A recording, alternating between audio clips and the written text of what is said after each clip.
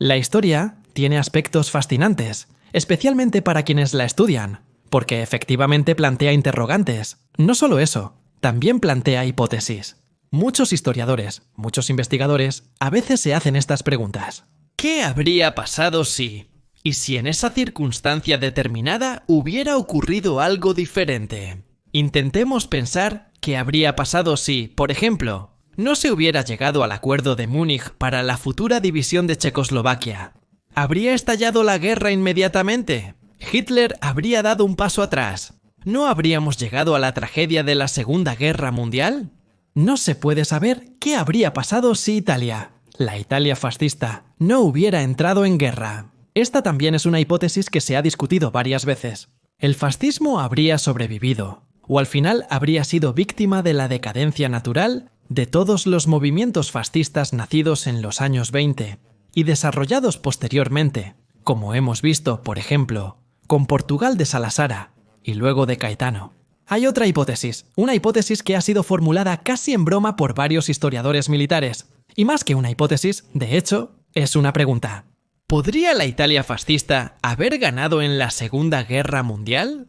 ¿Podría haber resultado en caso de una posible victoria del Eje sobre los campos de batalla? Con este video intentamos aclarar un poco la situación militar italiana en junio de 1940 y los desarrollos posteriores.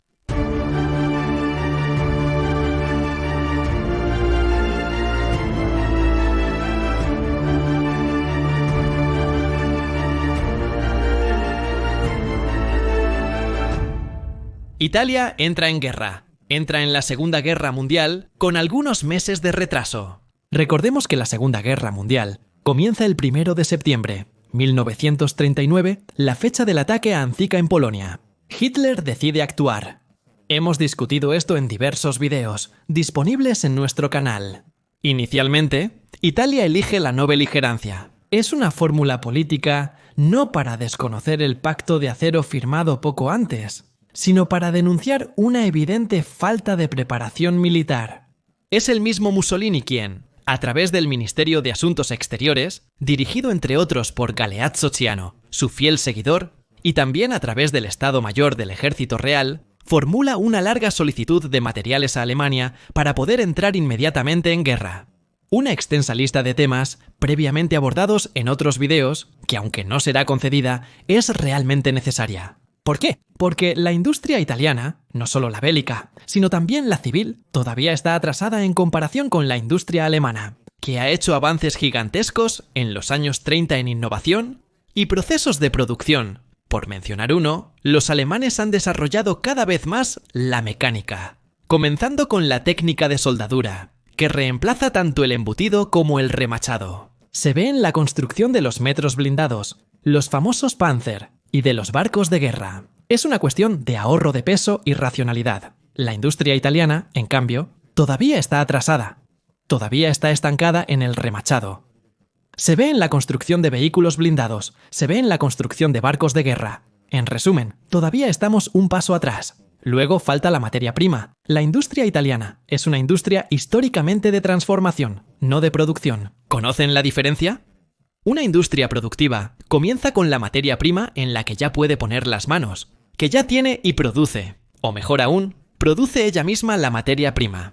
La industria de transformación, por otro lado, se ve obligada a comprar la materia prima en otro lugar, modificarla, implementarla con otros componentes y llegar a un producto semielaborado que esté terminado o semiterminado, listo para ser comercializado.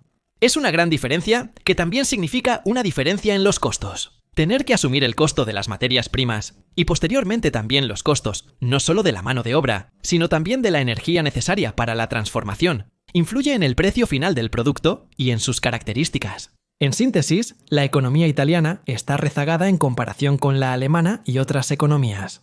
Luego está simplemente la cuestión de la preparación.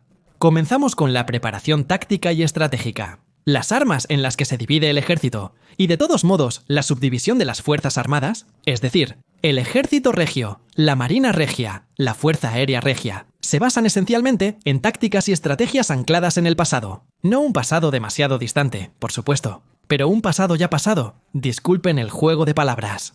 La experiencia bélica italiana se basa en la Gran Guerra del 15-18, en las experiencias llevadas a cabo durante la Gran Guerra, y posteriormente en la Guerra de Agresión a Etiopía, 1935-36, y en la reciente, en relación con la Segunda Guerra Mundial, Guerra Civil Española. Estas experiencias extremadamente contradictorias proporcionan indicaciones erróneas. Comencemos con un hecho.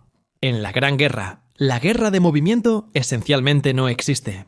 Primero que nada porque aún no hay una motorización y mecanización tal que influya en el movimiento de las masas combatientes. Es una guerra estática, de posición. Ejércitos que cavan trincheras y se enfrentan uno frente al otro, divididos por la tierra de nadie.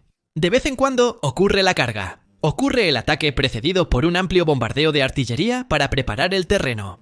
Si el ataque va bien, se conquista terreno. Si va mal, se debe retroceder y se pierden fuerzas en ambos campos. Es una técnica antigua superada por el hecho de que a partir de la segunda mitad de los años 20, Alemania, pero incluso antes la Unión Soviética y posteriormente también las potencias occidentales como Francia y Gran Bretaña, comenzaron a estudiar cada vez más la técnica del movimiento. Lo que se conocerá como la Blitzkrieg, teorizada por Hans von Seeckt, encuentra el video del canal.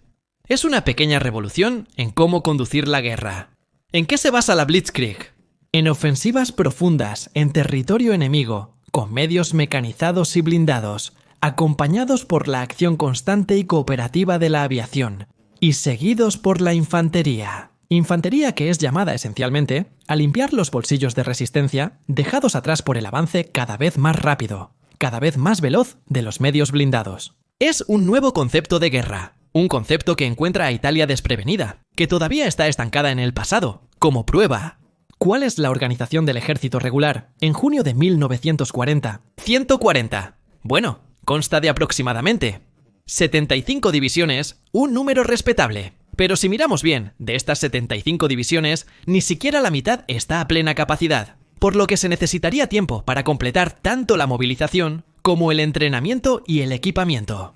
Pero supongamos también que todas estuvieran al menos al 80% de su fuerza y a un buen nivel de entrenamiento y de suministro de material, constituirían de todos modos una fuerza respetable, y a respetar dentro de una guerra moderna. No por una razón. De las 75 divisiones, 5 son alpinas especializadas en guerra de montaña. Es un conflicto único, distinto a la guerra mecanizada. Así que también las quitamos de la lista de nuestro elegido. Luego hay 3 divisiones llamadas rápidas, que en realidad son divisiones de caballería. La caballería ya está muerta. Es inútil en una guerra de movimiento. La caballería que está ligada exclusivamente a la disponibilidad de animales para montar. Bueno, no tiene futuro. Ya se ha visto en los primeros días de la guerra, cuando los polacos intentaron enfrentarse a los Panzer a caballo. Fue una masacre. Como prueba, las 3 divisiones de caballería, llamadas divisiones rápidas, en realidad serán la base para futuras remodelaciones hacia divisiones motorizadas, o de tipo transportado por vehículos, o intentos de transformación en divisiones blindadas. En resumen, solo serán divisiones de reserva. Luego están las 3 divisiones de la milicia voluntaria para la seguridad nacional. Son las camisas negras. Son divisiones fundamentalmente de bajo nivel, tanto en entrenamiento como en calidad. Son muy fuertes a nivel numérico y tienen una fuerte impronta de disciplina debido a la adhesión ideológica al partido fascista. Pero su fuerza se detiene aquí.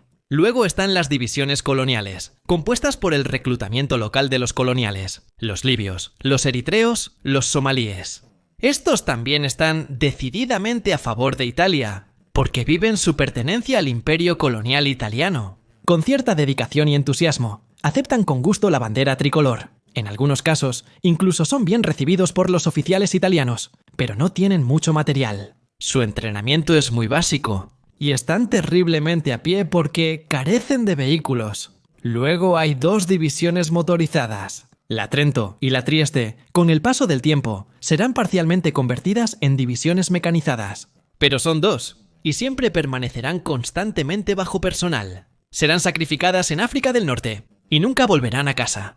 3 divisiones son blindadas, o mejor dicho, se constituyen en base a una especialidad llamada infantería de tanques. Son divisiones que representan una novedad.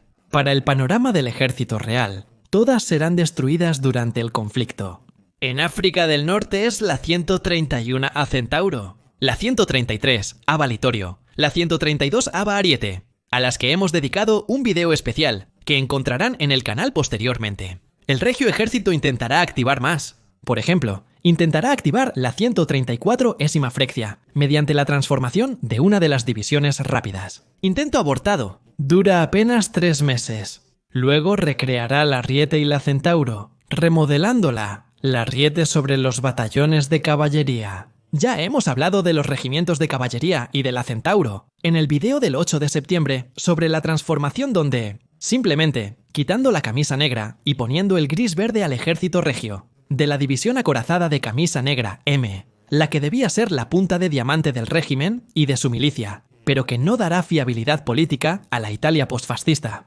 Luego estaría el caso particular de la 136 a Giovanni Fascisti. Es una división voluntaria. En realidad ni siquiera es una división. El personal es igual a una gran brigada. Ni siquiera es blindada. No tiene vehículos blindados. Apenas es transportable por sí misma. Está compuesta por jóvenes exmiembros de la Gioventù Italiana del Litorio, exmiembros del grupo Battaglioni Giovanni Fascisti que, víctimas de la propaganda y lanzados por una excesiva profesión europea de sus líderes manipolo, deciden lanzarse a la aventura bélica y terminarán masacrados entre Alamein y Túnez. El resto de las divisiones, bien 57, son casi todas a pie. ¿Y qué significa a pie? Que deben moverse a pie. Son divisiones de tipo binario, es decir, están organizadas en 2 regimientos de infantería, cada uno en 3 batallones, y un regimiento de artillería. A estas unidades se agrega una legión de asalto de camisas negras, una compañía o un batallón de morteros de 81 milímetros y una compañía antitanque. En algunos casos, también se agrega una unidad de antiaéreos, generalmente una compañía de ingenieros, y luego las clásicas unidades de suministro y asistencia, así como de salud y de comandos. Estas unidades, aunque numerosas, porque son muchas, y están bien equipadas a nivel numérico, porque generalmente cuentan con unos 13.000 hombres cada una. Sin embargo, no tienen un gran valor en el contexto, como hemos dicho, de una guerra de movimiento. Todo esto surge durante la guerra. Surge en Grecia, cuando efectivamente las divisiones ordinarias luchan incluso para atacar un territorio montañoso como el de Epiro. Luchan en Yugoslavia, donde actúan mejor como unidades de ocupación, en comparación con la verdadera batalla campal contra las fuerzas yugoslavas. Luchan mucho en África del Norte y en África Oriental, donde la falta de vehículos se hace sentir. Por supuesto, también están las divisiones especializadas. Están las de infantería de montaña, que no son los alpinos.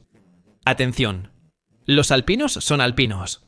Las divisiones de infantería de montaña son esencialmente divisiones de infantería, pero adaptadas para una guerra en la montaña o en terreno accidentado. En este caso, la diferencia se basa en los grupos de acarreo, es decir, en las mulas, o posiblemente los caballos que se utilizan para transportar suministros y artillería, pero es una distinción tan sutil que con el paso del tiempo bélico se vuelve cada vez más débil. Luego están las divisiones de infantería motorizada. No son motorizadas, atención, es diferente. Son divisiones sin tener la legión de camisas negras agregada, que tienen una motorización completa para los servicios de artillería. Pero en cuanto al cuerpo de combate, es decir, la infantería, tienen que arreglárselas un poco. No hay camiones de transporte para todos.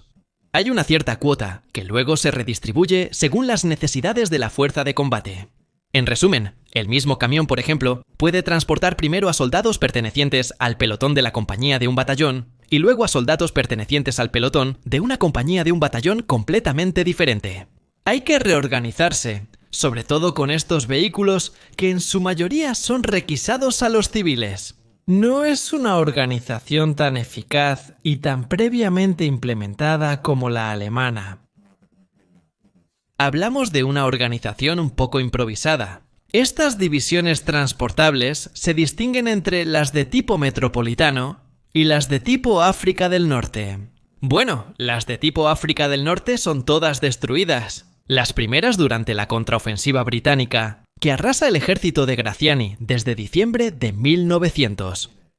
40 hasta los primeros días de 1941. Las otras serán destruidas, o mejor dicho, lo que queda, porque algunas de estas llegan al extremo con apenas un batallón, o incluso a veces 2 compañías aún eficientes. Después era el correo. Esta es la situación del ejército real. Dejemos de lado también las pequeñas, muy pequeñas unidades de apoyo, y dejemos de lado también las divisiones de infantería de ocupación, aquellas simplemente creadas para ocupar el territorio conquistado, o incluso las divisiones costeras, tan heterogéneas en armamentos, equipos, misma composición que son imposibles de categorizar. En cuanto a las armas, el ejército real se basa en parte en armas anticuadas. Piensa en el Moscheto 91, que es un residuo de la Gran Guerra. Era moderno en la época de la Gran Guerra. En 1940 ya tiene cierto peso en los años.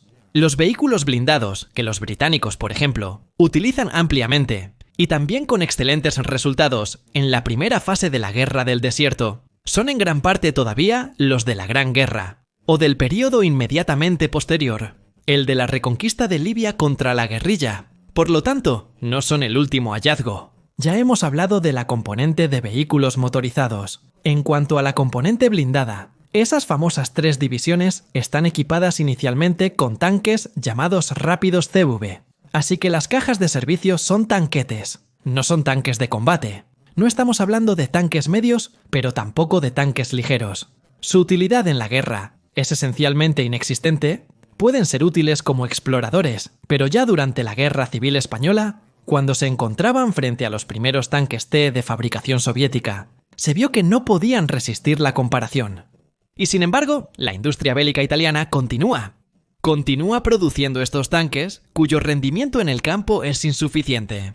El primer tanque medio, o al menos eso es lo que se promociona. El M11 ni siquiera es un tanque, es un cañón de asalto. De hecho, es un vehículo que sí tiene la silueta de un tanque, pero el armamento principal no está en la torre giratoria, sino en la casamata. En la torreta giratoria están las ametralladoras. Es un tanque muy modesto, que inicialmente va a equipar no solo a las divisiones blindadas, sino también a las unidades mixtas, como el llamado agrupamiento Maletti, que es la primera verdadera fuerza blindada del ejército regio en África del Norte.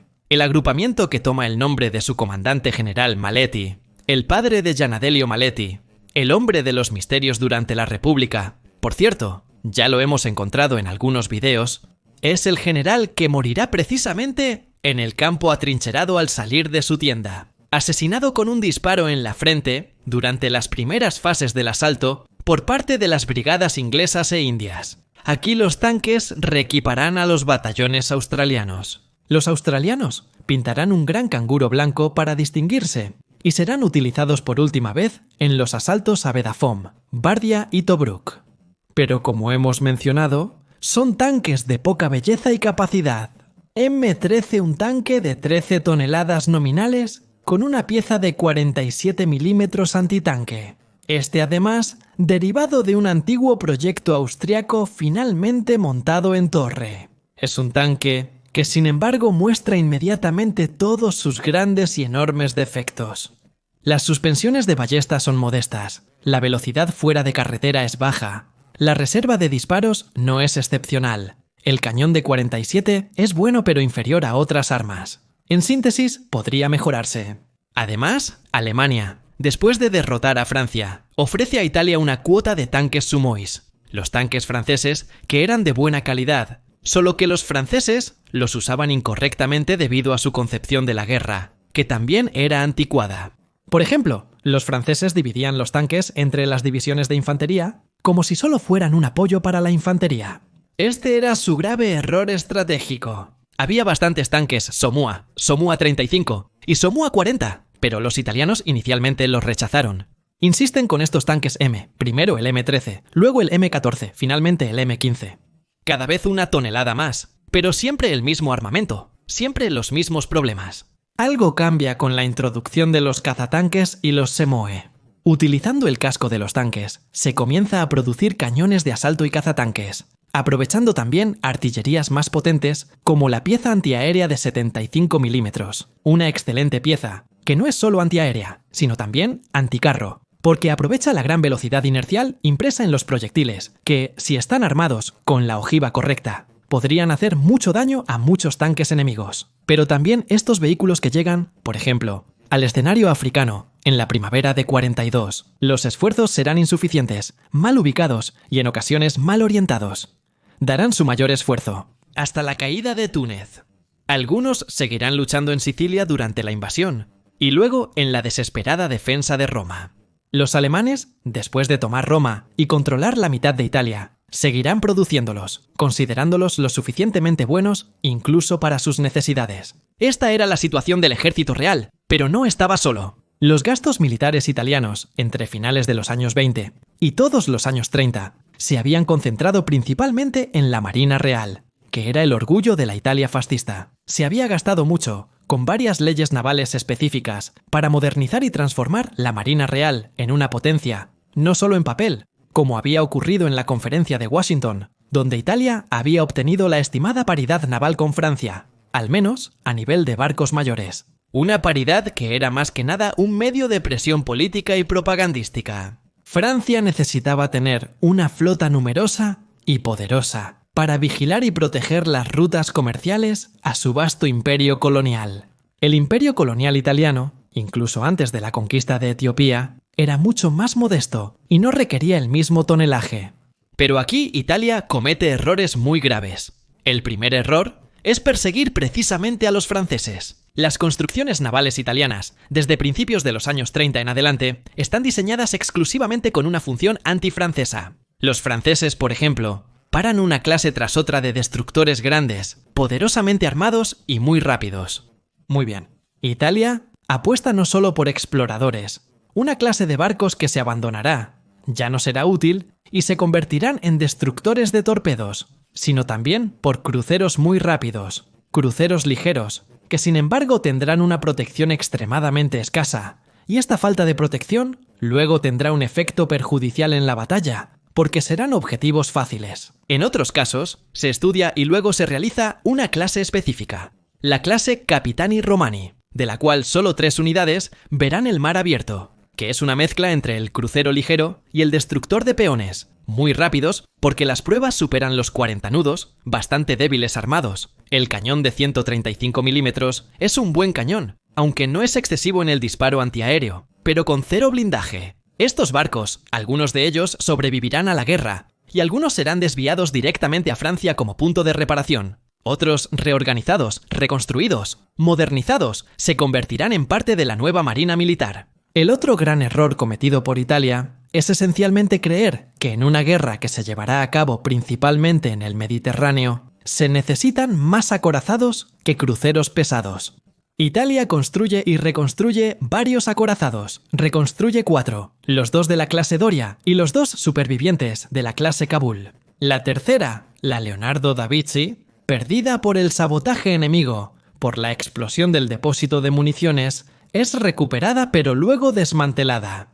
¿Por qué Italia recupera estos barcos, que esencialmente son de un diseño antiguo, armados con cañones ya no tan poderosos, comprometiendo además recursos significativos tanto en términos de materiales como de dinero? Siempre por la misma cuestión de rivalidad con Francia. Los franceses modernizan sus casamatas de monocalibre. Lo mismo hace Italia. Los franceses modernizan la clase Bretaña, la clase Condorcet. Lo mismo hace Italia. Los franceses, en un cierto punto, lanzan la clase de cruceros de batalla Junker, y Italia estudia un crucero de batalla que nunca verá la luz, porque se prefiere apostar por la nueva clase Littorio, que debería constar de 4 unidades, pero solo 3 de estas verán el mar. La cuarta, el Imperio, como ya vimos en un video específico, en cierto punto se considerará convertirla en portaaviones. El portaaviones es el otro gran problema. Italia durante mucho tiempo no solo no tiene un portaaviones, sino que sacrifica su propia aviación naval, ya que en los años 20 la Marina Real se enfoca en una buena componente naval, obviamente basada en tierra. Componente que se sacrifica en esencia para el nacimiento de la Real Aeronáutica, y por lo tanto, la Marina Real se encuentra casi completamente privada de la componente aérea, con la excepción de los hidroaviones basados a bordo de los principales barcos y aquellos junto con algunos cazas, llevados por el barco Giuseppe Miraglia. Un barco portahidroaviones, pero de muy poco valor bélico. Italia no tendrá portaaviones. Ya lo hemos visto en un video específico que les invito a revisar, hasta los proyectos demasiado tardíos de reconversión para el nacimiento de dos portaaviones, el Aquila y el Sparviero, que sin embargo nunca verán el mar abierto. La Marina Real luego cuenta con una gran, enorme componente submarina. En un cierto punto, la italiana es la primera flota submarina del mundo, al menos numéricamente, pero que a nivel práctico tiene poco que ver con las otras flotas submarinas alrededor del mundo. ¿Por qué? Porque los submarinos oceánicos son pocos, porque la autonomía a veces es escasa, porque se presta más atención a la comunidad que a la practicidad, porque ciertas soluciones técnicas no están en absoluto a la vanguardia, al contrario. Y luego está la dirección aeronáutica, fuertemente deseada por Italo Balbo. La dirección aeronáutica se basa, al inicio del conflicto, a nivel de caza, principalmente en biplanos. Es un error enorme, un error condicionado por la Guerra de España, donde los biplanos habían demostrado ser buenos. Los Fiat CR-32 derivados habían sido efectivos contra los cazas de origen soviético, pero ya estaban destinados a ser reemplazados por los cazas manuales. Esto Italia no lo entiende. Y en 1940, todavía la MUS, hay muchos Fiat CR ahora, a nivel 42, que forman parte de las flotas aéreas de la Regia Aeronáutica. Tomará un tiempo hasta que sean reemplazados por aviones monoplano con un perfil adecuado, pero a menudo con un armamento deficiente.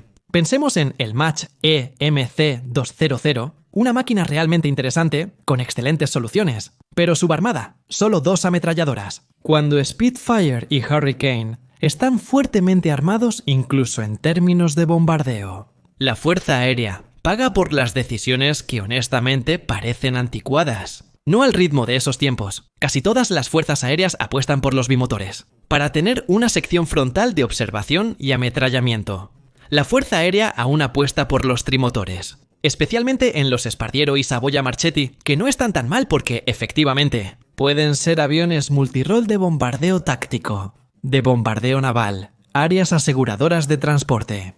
Pueden adaptarse, pero no están tan especializados en poder sobresalir en algo, especialmente verificando que tanto los aliados como los alemanes apuestan fuertemente por los bimotores, y posteriormente también en los cuatrimotores, que a la prueba de los campos de batalla, en el aire serán definitivamente más eficaces.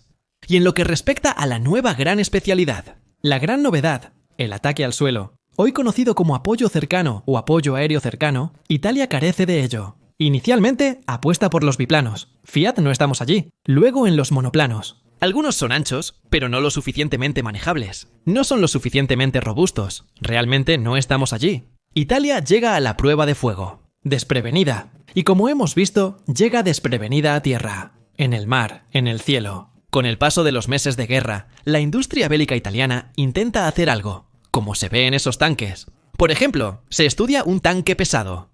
P-26, un tanque que si hubiera sido producido a tiempo, siendo hijo de las remachaduras, seguro podría haber hecho algo, pero al menos tenía una silueta adecuada. Con las armaduras inclinadas, tenía una pieza moderna en la torre, tenía un tonelaje adecuado. Los proyectos de conversión del Aquila y del Sparviero ya eran algo, así como los estudios para el radar, porque Italia de todos modos lleva a cabo estudios para el radar, que llevarán en 1943 a los primeros Futri. Pero es el 43. Los ingleses ya lo tienen desde hace varios años. La rata no hablamos de ello. Luego del sonar a nivel táctico y estratégico, las elecciones de combate y las teorías aplicadas en los campos de batalla a menudo son erróneas, fruto de ideas anticuadas nunca actualizadas. Y por lo tanto, llegamos a la conclusión. ¿Italia podría de alguna manera ganar en la Segunda Guerra Mundial al lado de Alemania? No, no podía. Más allá del hecho de que Alemania estaba destinada a perder, porque era incapaz de sostener la confrontación en varios frentes, porque Italia no tenía las materias primas necesarias, no tenía suficiente combustible para sus propios barcos y para las escasas fuerzas motorizadas y acorazados disponibles, no tenía las materias primas necesarias para sostener el esfuerzo bélico, especialmente a nivel industrial. No disponía de las tecnologías necesarias para una rápida evolución de los medios empleados, de los vehículos, de los aviones y de los barcos. No tenía la capacidad de reemplazo rápido de las pérdidas. Piensa en un solo detalle. Cuando la Marina Real perdía un crucero, tenía que despedirse de él para siempre, porque la industria naval italiana no preveía proporcionar un reemplazo. Antes de 2 o 3 años, la británica proporcionaba un reemplazo en un plazo de 8 meses, la estadounidense en un tiempo aún menor. Claro que con estas premisas, Italia no podía ganar. Y luego no podía ganar. No tanto porque, como ya hemos dicho, en otro video, había acusaciones fundadas de traición de otros oficiales.